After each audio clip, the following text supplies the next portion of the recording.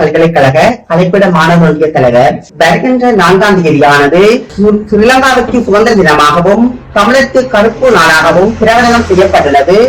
அந்த வகையில் இப்போராட்டமானது வடக்கு கிழக்கு தழுவிய ரீதியில் வடக்கில் கிளிநொச்சியை மையப்படுத்தியும் கிழக்கில் மட்டக்களப்பை மையப்படுத்தியும் பாரிய போராட்டம் ஒன்றினை முன்னெடுப்பதற்கு தீர்மானித்துள்ளோம். அந்த வகையில் இப்போராட்டமானது வலுவடைவதற்கு பல்வேறுபட்ட உரையாடல்களை மேற்கொண்டுள்ளோம். அந்த வகையில் கிளிநொச்சி, முல்லைத்தீவு, மன்னார், மட்டக்களப்பு, அம்பாறை ஆகிய மாவட்டங்களிலும் இன்று வவுனியாவிலும் கலந்துரையாடல்கள் மேற்கொள்ளப்பட்டுள்ளது. எனவே இப்போராட்டமானது திறம்பட செயற்படுவதற்கு அனைவரின் உதவியையும் அன்போடு வேண்டி நிற்கின்றோம். எனது பெயர் சுதாரா.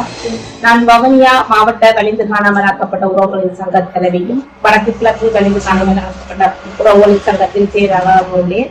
இன்றைய தினம் இந்த ஊடக சந்திப்பை மேற்கொள்வதற்கான காரணம், எதிர்வருகின்ற 4ஆம் தேதி இலங்கை சுதந்திர தினமாக பிரகடனப்படுத்தப்பட்டிருக்கின்றது. அதே போன்று வடக்கு கிழக்கிலே நாம் தமிழர்களாகிய நாம் எமக்கு எந்தவித சுதந்திரமும் கிடைக்காத போது நாம் அது கருப்பு நாளாக பிரகடனப்படுத்தி தொடர்ச்சியாக நாம் எமது சுதந்திரம் கிடைக்கும் வரை நாம் தொடர்ச்சியாக அந்த தினத்தை நாம் கருப்பு தினமாக அனுஷ்டித்து வருகின்றோம்.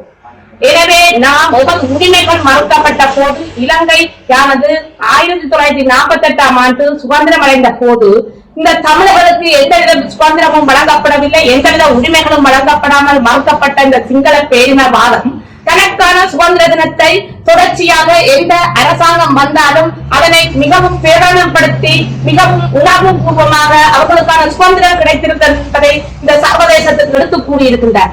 ஆனால் இன்று நாம் ஒரு தேசிய இனமாக இருக்கின்ற நாங்கள் உலகத்தில் அனைத்து நாடுகளிலும் தமிழர்கள் சொய்ந்து வாழ்கின்ற இடங்களில் கூட எமக்கான ஒரு நாடு இல்லை, எமக்கான சுதந்திரம் இல்லை, எமக்கான உரிமைகள் கிடைக்கப்படாமல் நாம் இன்று வரை ஒரு அடிமை உறவுகளாகவும் இனமாகவும் வாழ்ந்து கொண்டிருக்கின்றோம். எனவே நாம் இந்த வேளையில் கேட்டுக்கொள்வது, தமிழர்களாகிய நாம் எமது உரிமைகள் எங்கு மறுக்கப்படுகின்றதோ அங்கெல்லாம் சென்று எமது உரிமைக்காக நாங்கள் குரல் கொடுக்க வேண்டிய ஒரு நிர்பந்தத்துக்கு தள்ளப்பட்டிருக்கின்றோம். எனவே எமது உரிமைகள் மறுக்கப்பட்ட போதுதான் எமது உறவுகள், எமது இளைஞர்கள், யுவதிகள் 30 வருட காலமாக ஆயுதம் ஏந்தி போராட வேண்டிய ஒரு துப்பாக்கிய நிலைக்கு தள்ளப்பட்டிருந்தார்கள். அப்போது அந்த யுத்தமும் காட்டி கொடுப்பு மூலம் மௌனிக்கப்பட்டது. அதன் பின்பு இன்று வரை எமது உரிமைகளுக்காக நாம் அகிம்சை வழியில் போராடி வருகின்றோம். ஒழுக்கென்றால் எமது நிலங்கள் பறிபோய் கொண்டிருக்கின்றது, எமது உறவுகள் காணாமலாக்கப்பட்ட உறவுகளுக்கு இன்னும் நீதி கிடைக்கவில்லை. கண் முன்னே அரசியல் கைதிகளாக சிறைகளில் வாடிக்கொண்டிருக்கின்றவர்களுக்கு எந்தவித விடுதலையும் கிடைக்கப்படவில்லை.